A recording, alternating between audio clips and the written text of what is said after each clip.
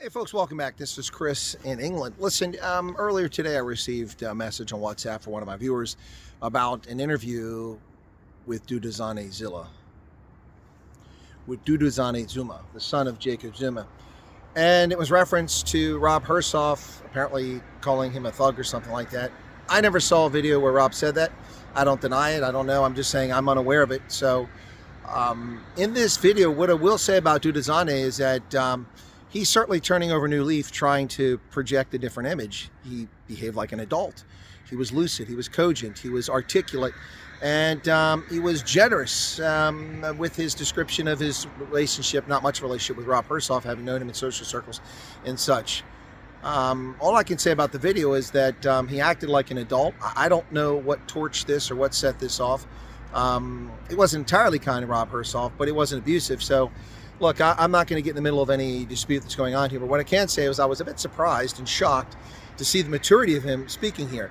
If this guy, who acted like a complete ass during the ANC's internal insurrection in KwaZulu-Natal, and frankly, based on his tweets, I'm shocked that he hasn't been charged with insurrection like his sister, and his behavior that happened during that insurrection that led to the death of hundreds, possibly thousands of people in July of 2021, when his father failed to show up and violated a court order and was contempt of court.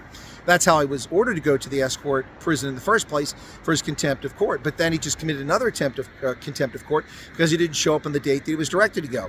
Then the police and the police commissioner and the minister, Becca Tilly, were all also in violation of the court order by not making sure he was there by midnight on the 4th of July, which becomes the 5th. Didn't do that. I remember very clearly. I was covering it live as it unfolded when his motorcade rolled out of Nicklin at 11:20 something in the evening, and it takes a lot longer than 40 minutes to get to the prison. So his son acted like a complete ass during that time, and I'm shocked to put the image of this young man who was articulate, who was clear-headed, who was not vindictive or abusive. I mean, he didn't exactly send loves and kisses to Rob Hersov, but you know, whatever's going on between the two of them is their business, not mine. What I can say is that I was like, wow. He did say some things very clearly. He said Rob has a certain constituency, and he has a certain constituency. People follow Rob, people follow him. And he's right about that. He's right about that. The question is, on which side are the angels? I'm not convinced the angels are on his side. He did try to distance himself from some of the nonsense. It was a short little clip from Poful Walsh, I think. Was it Poful Walsh? I think that's what it was. Maybe it wasn't him, but no, it was Peniel. It was Peniel. That's who interviewed him. My apologies from Poful Walsh. Peniel interviewed him, and it was just a short. So, I don't know. There's probably a full interview. Maybe I should watch the whole thing. Maybe it's not as generous, and maybe, I don't know. But based on the short clip that I saw, he acted like an adult, much more mature than his years. Anyway, so I don't know. All I can say is that I watched the video, and to me, it's a nothing burger as it is. Shouldn't hurt anybody's feelings. And I don't even know why Pinol made a short out of it, because it wasn't impressive. Pinol is actually, I think, verging on borderline being more disrespectful to Rob Hersov, who's done an awful lot for Pinol. Maybe I read that wrong.